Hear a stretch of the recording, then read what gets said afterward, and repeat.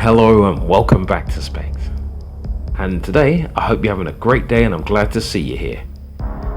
Now yesterday I spoke about the 9th Legion, the Blood Angels, and the potential of what's involved and what I hope could be involved in the new book, The Blood of Baal from the Psychic Awakening campaign. Now today I want to take time to focus in on the ever ravenous Tyranids. How much more will we learn about the billions of organic tendrils reaching out from the cold darkness towards the light of the Imperium? That salivating hive mind blotting out the stars with its ancient hunger pangs.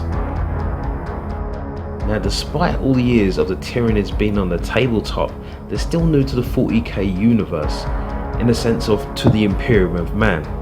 And that's due to the sublight speeds that they travel in between space. And also combined with the hive mind leaving shadows in the warp smothering the bright far sight that psychers have, they're relatively yet undetected, and anything they do come across gets totally consumed. When I went back to the Warhammer community website, I was happy to see that it had a few new ideas of interest, and some of the things they mentioned was squads of warriors with chameleonic skin and a carnifex with synapse. Now, those are amazing changes, and this was all under a system that they claim will allow you to further adapt your hive fleet to consume the enemy.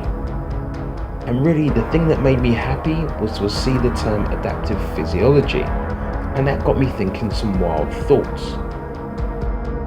And when it comes to the word adaptive, we know that means changing to fit a new situation or environment, and in most times in the animal kingdom this could be a billion-year process, giving things time to kind of counter-adapt, the hunter and the prey.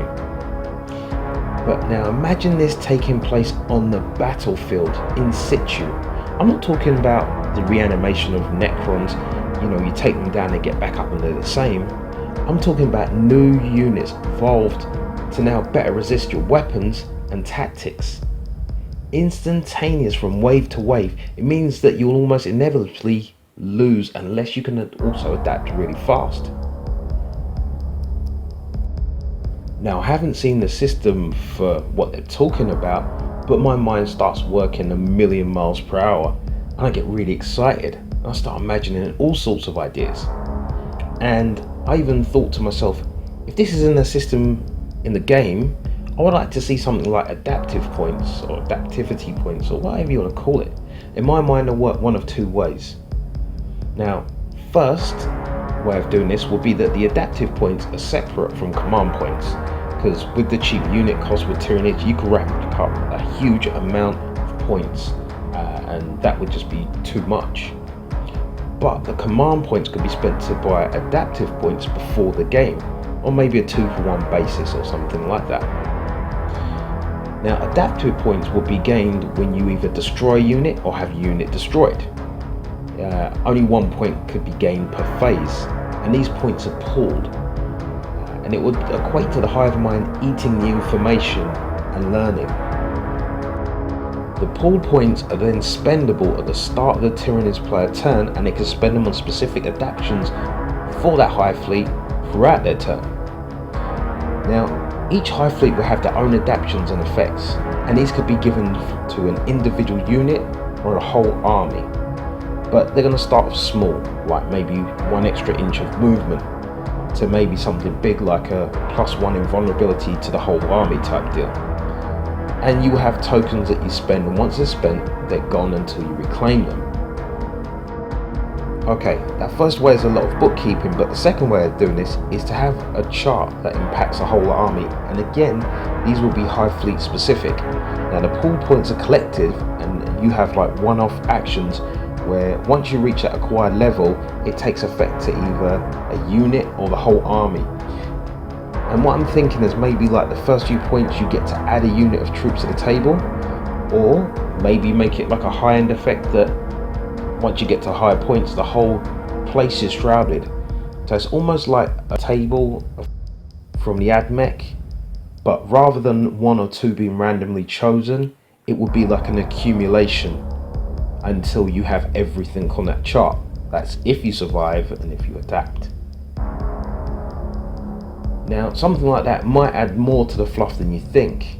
You might now see a Swarm Lord arrive on the table during turn 3, swarming full of buffs so it can stay in combat for longer and live, versus the one that we know of that turns up on turn 1 that gets blasted off the table.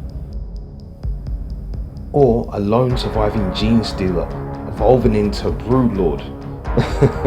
Okay, I mean, maybe that's a bit much, but I think you get where I'm going with this.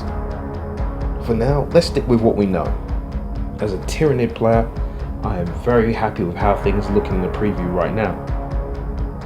I mean, you know, it gets the imagination going. Even in this game, it's normally limited to the codexes for those few changes, especially for the Tyranid player. But anyway,